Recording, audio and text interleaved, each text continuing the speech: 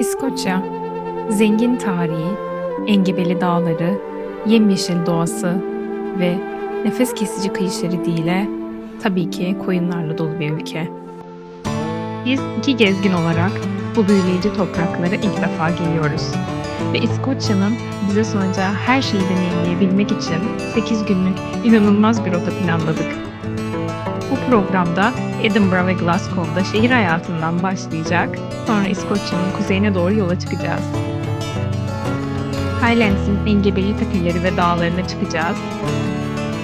Daha sonra zorlu hava koşullarıyla bilinen Isle of Skye'ye geçeceğiz. Hava inanılmaz kötü. Bu yol boyunca epik manzaralar, inanılmaz yemekler, bolca kahve ve bolca macera göreceksiniz. Uçak biletlerinizi almaya hazır olun. Çünkü siz de bizim gibi İskoçya'ya aşık olabilirsiniz. Biz Tuğba ve Cemal ve burası İskoçya.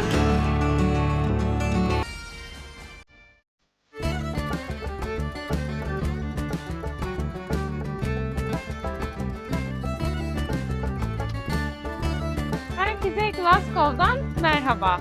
Şu anda İskoçya'daki ikinci şehrimizdeyiz. Edinburgh'dan sonra Glasgow'a geçtik ve burada yaklaşık yarım günümüz var. Çünkü öğrendiğimiz kadarıyla Glasgow'a çok fazla vakit ayırmaya gerek yokmuş. O yüzden biz de yaklaşık yarım gün görmek istediğimiz yerleri görüp ondan sonra Highlands'e doğru yola çıkacağız. İlk önce bir kahveyle günümüze başlayalım dedik ve aslında İskoçya'da her yerde gördüğümüz ve bildiğimiz kadarıyla İngiltere'de çok yaygın olan bir kahve zinciri var. Blank Street Coffee. Şimdi onun bir kahvesini deneyeceğiz ve hızlı bir Glasgow turuna başlayacağız.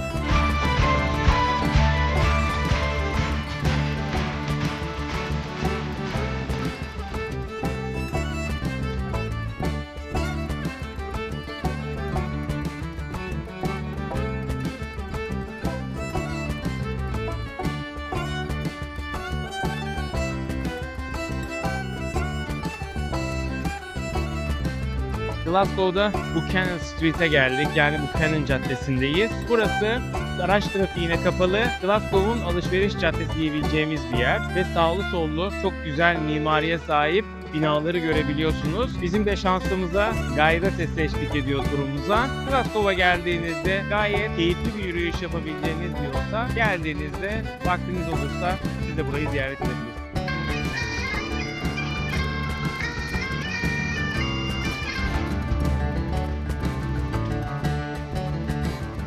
İskoçya'ya gelmişken zaten bir film dizi setine denk gelmesek üzülürdük. Şu an bir şey çekiliyor burada ama ne olduğunu biz de bilmiyoruz.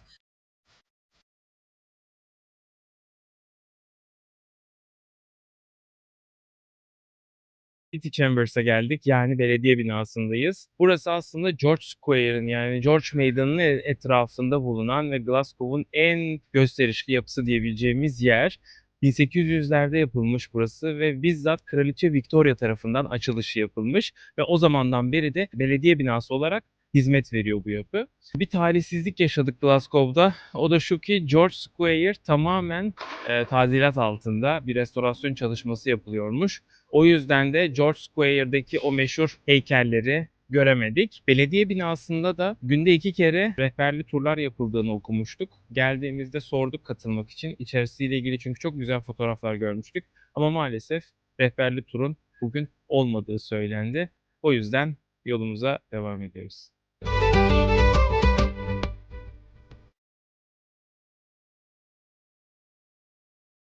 Şansımıza gerçekten bugün her yerde Glasgow'da tadilat çalışmaları var. Gerçekten gittiğimiz her yerde bariyerleri aşarak bir yerlere ulaşmaya çalışıyoruz.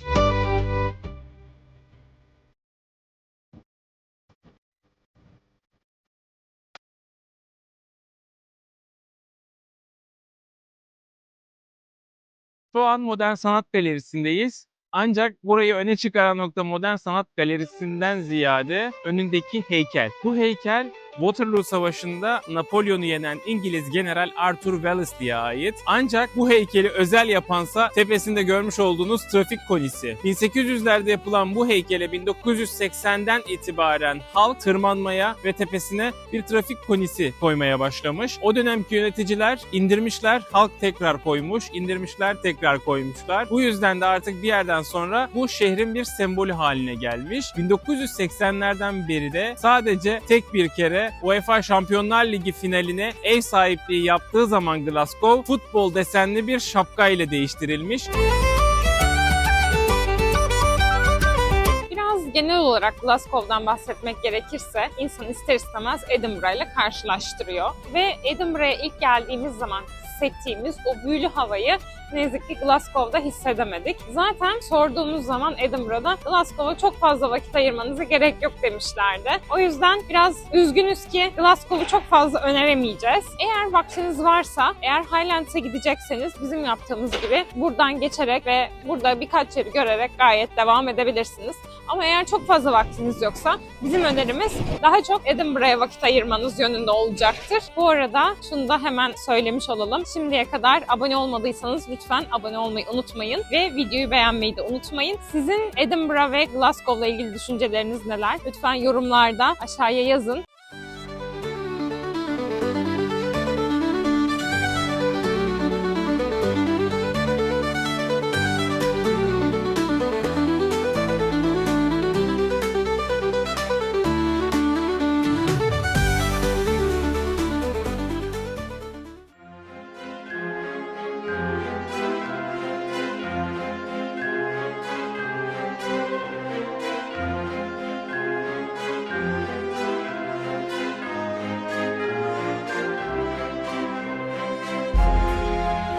Şu anda Glasgow Üniversitesi'ndeyiz. Aslında Glasgow'da en çok merak ettiğimiz ve gelmek istediğimiz yer burasıydı. Çünkü burası aynı zamanda Harry Potter'daki Hogwarts'a ilham olan bina ve aynı zamanda bu bina 1400'lerden bugüne geliyor. Buranın mimarisi gerçekten çok güzel. Gotik tarzı bir mimarisi var. Gerçekten de büyük bir kampüs. Ama şu anda bulunduğumuz yer aslında en bilinen noktası. Burada birçok film ve dizi çekilmiş. Aynı zamanda Outlander'da burası Harvard olarak gösterilmişti. Outlander videomuzu izlemek isterseniz ona da bakabilirsiniz. Orada daha detaylı anlatıyoruz. Gerçekten burada yürüdüğünüz zaman burada öğrenci olmak nasıl hissettirirdi diye düşünmeden edemiyoruz.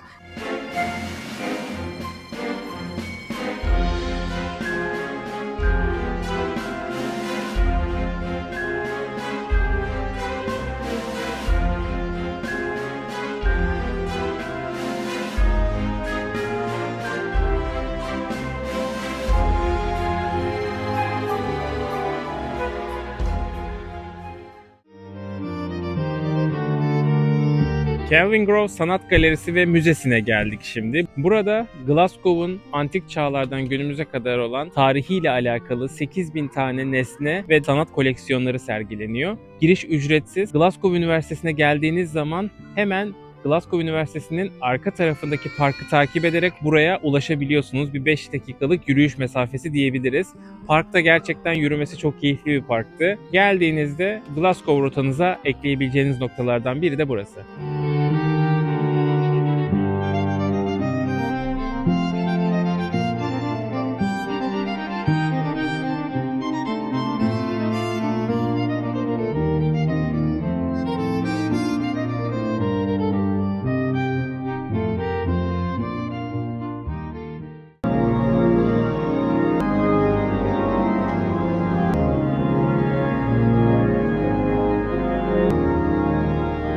Böylelikle Glasgow'daki görmek istediğimiz yerlerin sonuna geldik. Glasgow'la ilgili şunu söyleyebiliriz. Glasgow Üniversitesi gerçekten dünya üzerindeki sayılı üniversitelerden bir tanesi. Bu yüzden eğer bu tur içerisinde yolunuz Glasgow'a düşüyorsa en azından Glasgow Üniversitesi'ni görmenizi tavsiye ederiz. Biz gerçekten çok beğendik. Hogwarts'a da ilham olmuş olma ihtimali bizce de yüksek. Ve Glasgow Üniversitesi'nin bu tarafını gerçekten çok beğendik.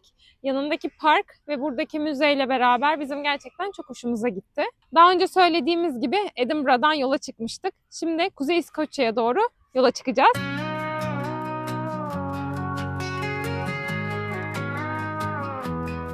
Hit the road, crank the tunes, let the adventure begin. Got my crew and we're rolling with the wind and the grin. Highways calling and the world's ours tonight. Living for the moment, chasing that sunset light. Highland turumuza başlıyoruz. İlk durağımız Loch Lomond. Loch Lomond aslında Türkçe'de Lomond Gölü demek. Şimdi gölün yanındayız. Zaten Highland'a giriş yaptığımız gibi havanın soğukluğu dikkatimizi çekti. Şu anda burası kesinlikle şehre göre daha soğuk. Ve gölün yanında inanılmaz tatlı bir kafe bulduk. Oradan bir kahve aldık ve manzaranın tadını çıkarmaya başladık bile. My side. Loch Lomond, Büyük Britanya'nın en büyük gölü. Hatta üzerinde 60 tane adacık olduğu söyleniyor. Öyle büyük bir göl ki üzerinde tatlı su gemisiyle seyahat dahi edilebiliyor. Hatta hemen yanı başımızda Maid of Loch isimli 1980'lere kadar hizmet etmiş İskoçya'nın en büyük tatlı su gemisi yer alıyor. Şu anda restorasyon çalışmaları yapılıyor. Dilerseniz geldiğinde onun içinde de bir tur yapabilirsiniz. Loch Lomond'a geldiğinizde bence yapılacak en güzel şey kesinlikle kahvenizi alıp sessizliğin ve manzaranın tadını çıkarmak.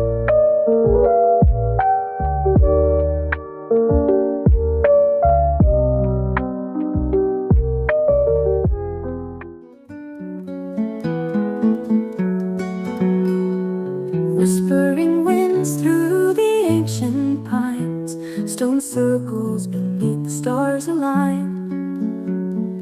Heather blooms where the white deer roam. Echo. Kuzey İskoçya'nın dağlarına kadar çıkacağımızı daha önce söylemiştik ve şimdi aslında ilk hiking rotamızla başlıyoruz. Ve hedefimiz Conic Hill. Yaklaşık 361 rakımlık bir mesafeye çıkmayı planlıyoruz.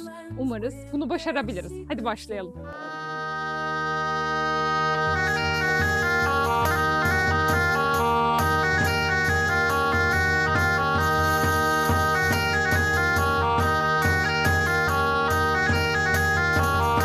Evet, şu anda Conic Hill'e çıkmaya çalışıyoruz. Bir Highland klasiği olarak şimdi yağmur başladı. Umarız çok şiddetlenmez ama şu anda yağmurlar altında Conic Hill'e çıkmaya çalışıyoruz. Ama başaracağımıza inanıyorum. Tepede görüşürüz.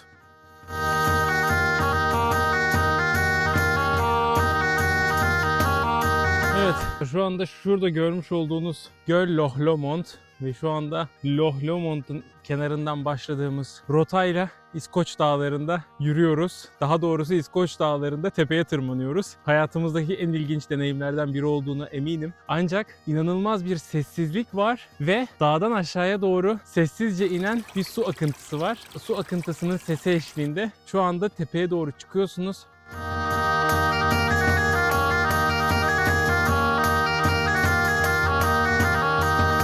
Yukarıya ulaştık. Gerçekten hayatımızda yaşadığımız en ilginç tecrübelerden biri. Şu manzarayı görmek için İskoçya'ya gelmeye değer. Eğer dedim buraya gelirseniz kesinlikle ama kesinlikle rotanız Kuzey İskoçya olsun. İskoç dağlarında aşağı doğru inmeye çalışırken karşımıza çıkan dağ keçileri. Ya.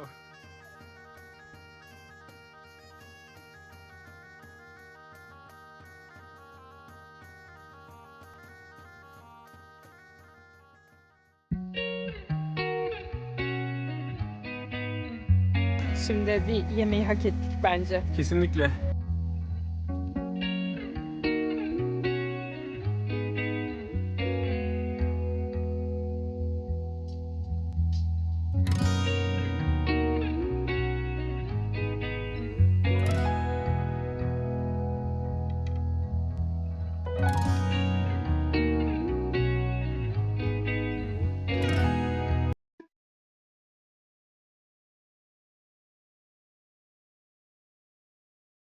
Şimdi Oak Tree Inn'den çıkıp yolumuza devam edeceğiz. Ama burayla ilgili birkaç bir şey söyleyelim dedik. Burayı gerçekten çok öneririz. Çünkü biz çok memnun kaldık.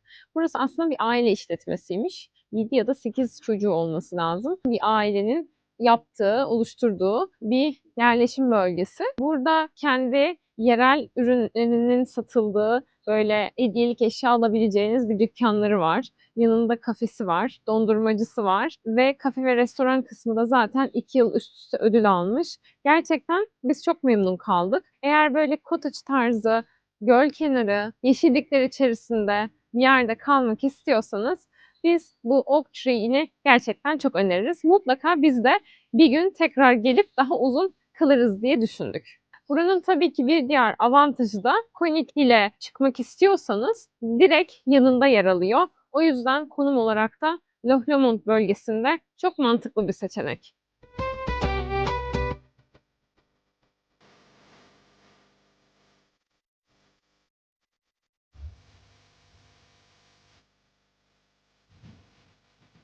Glencoe'ya giderken Loch Lomond'un etrafından dolaşarak gidiyoruz. Ama o kadar büyük bir göl ki yani gerçekten belki bir 40 dakikadır yol gidiyoruz ve hala daha Loch Lomond'u bitirebilmiş değiliz. Hala yanımızda Loch Lomond devam ediyor. Buranın göl olduğuna ben inanmıyorum gerçekten.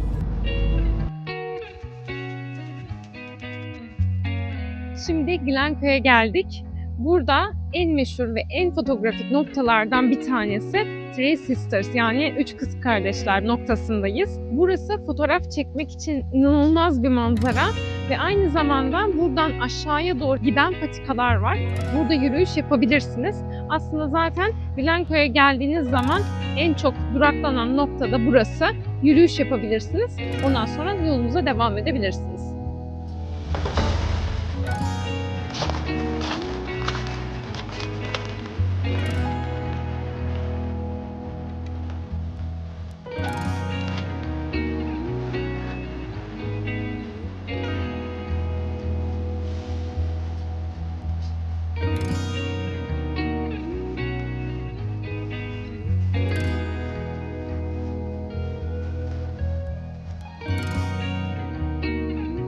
Glencoe'da şu anda tahta bir köprünün üzerinden geçiyoruz. Adrenalinle.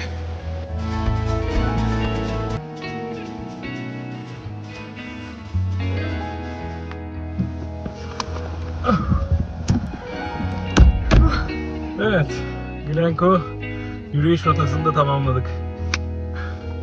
Gerçekten çok güzeldi. İnanılmaz manzaralar gördük. Çok güzel videolar, fotoğraflar çektik ve suyun kenarında öğlen yemeğimizi yedik. Muhteşemdi. Daha iyi bir manzarada öğlen yemeği olamazdı sanırım. Hava da güzel. Şu an yağmur yağmıyor. Yürürken de yağmadı. Bu da şansımıza gayet güzeldi. Gelirken sağanakla geldik yol boyunca ve Glencoe'ya girdiğimiz anda yağmur kesildi. Gerçekten çok şanslıydık bugün. Şimdi rotamız Fort William. O zaman yola çıkalım.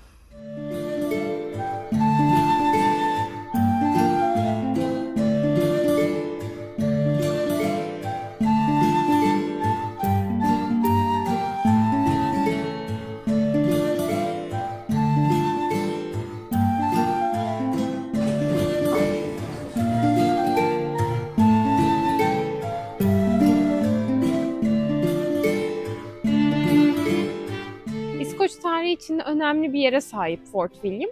Burada çok güzel bir müze var. West Highlands Museum. Bu müze ücretsiz ve gerçekten burada İskoç tarihine ve kültürüne dair çok güzel şeyler öğrenebiliyorsunuz. Özellikle biraz İskoç tarihine meraklıysanız gerçekten inanılmaz bir yer. Dediğimiz gibi Fort William gerçekten zaten küçük bir kasaba.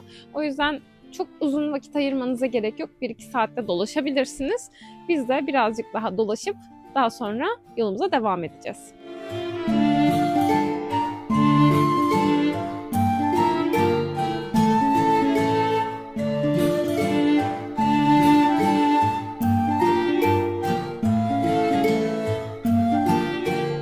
Fort William'dan ayrılıyoruz. Şimdi arabaya doğru gidiyoruz. Fort William'ın önemli olması sebebi aslında Highlands bölgesinin Inverness'ten sonraki ikinci en büyük yerleşim bölgesi. Ama en büyük yerleşim bölgesi dediğime bakmayın. Nüfusu yaklaşık 6-7 bin kadarmış. Burayı önemli yapan şey ise hemen yanındaki Ben Nevis Dağı. Birleşik Krallığın en yüksek dağı. Bu yüzden de aslında anlayabileceğiniz üzere bu kadar popüler olmasının sebebi bu bölge tam olarak dağcıların ve yürüyüş rotasını takip eden insanların uğrak noktası.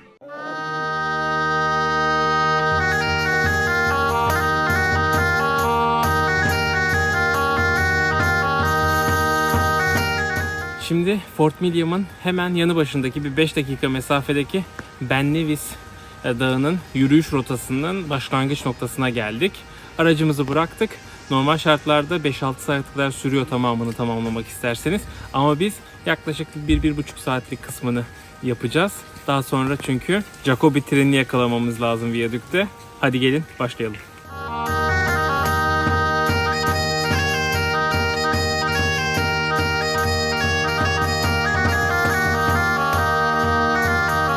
Şu anda dönüş yolundayız ve inanılmaz yağmur bastırdı ve sırılsıklam olduk. Hani şemsiyelerimiz hiçbir şekilde yetmedi.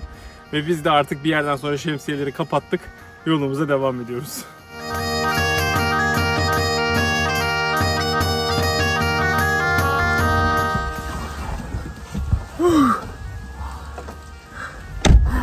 Çok güzel yağmur başladı ama gerçekten çok ıslandık.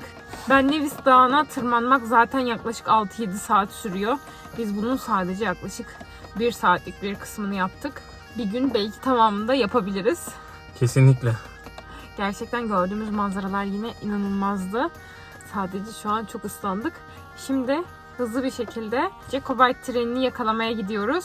O yüzden hemen yola koyulalım. Onu kaçırmayalım. Ama önce bir kahve. Önce bir kahve alalım yolda.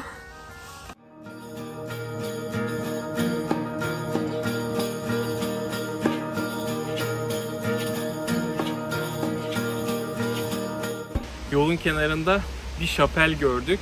Tam bir ortaçağ şapeli kesinlikle ve inanılmaz muhteşem bir manzarası var. Hemen inip görmek istedik.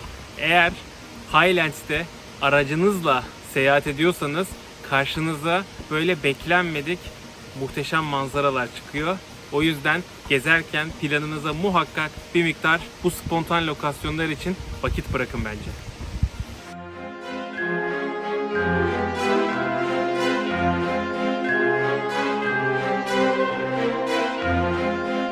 Jacobite treni için en meşhur noktaya geldik.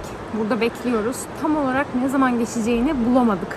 İnternette farklı saatler var. Buradaki insanlara da sorduk. Onlar da tam olarak bilmiyorlar. O yüzden bekliyoruz. Eğer şansımız iyiyse göreceğiz.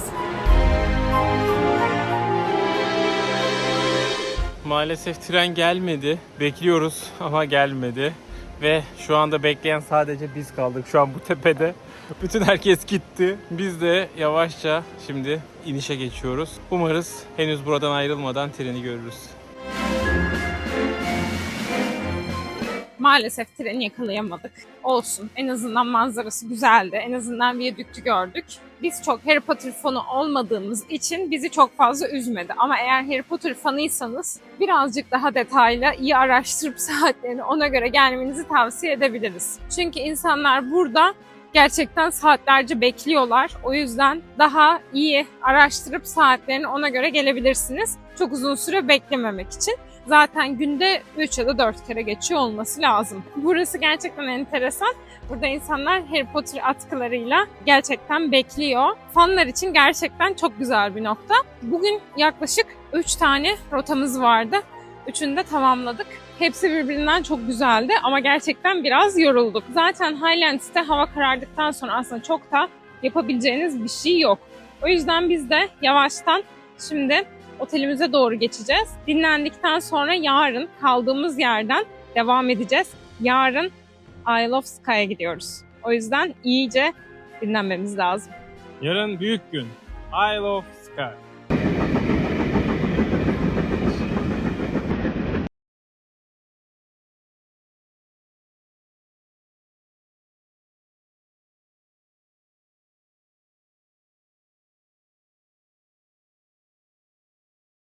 Sekiz günlük İskoçya gezimiz bir sonraki vlogda Isle of Skye'la devam edecek. Bizi takip etmeyi, beğenmeyi ve abone olmayı lütfen unutmayın. Bir sonraki vlogda görüşmek üzere. Hoşça kalın.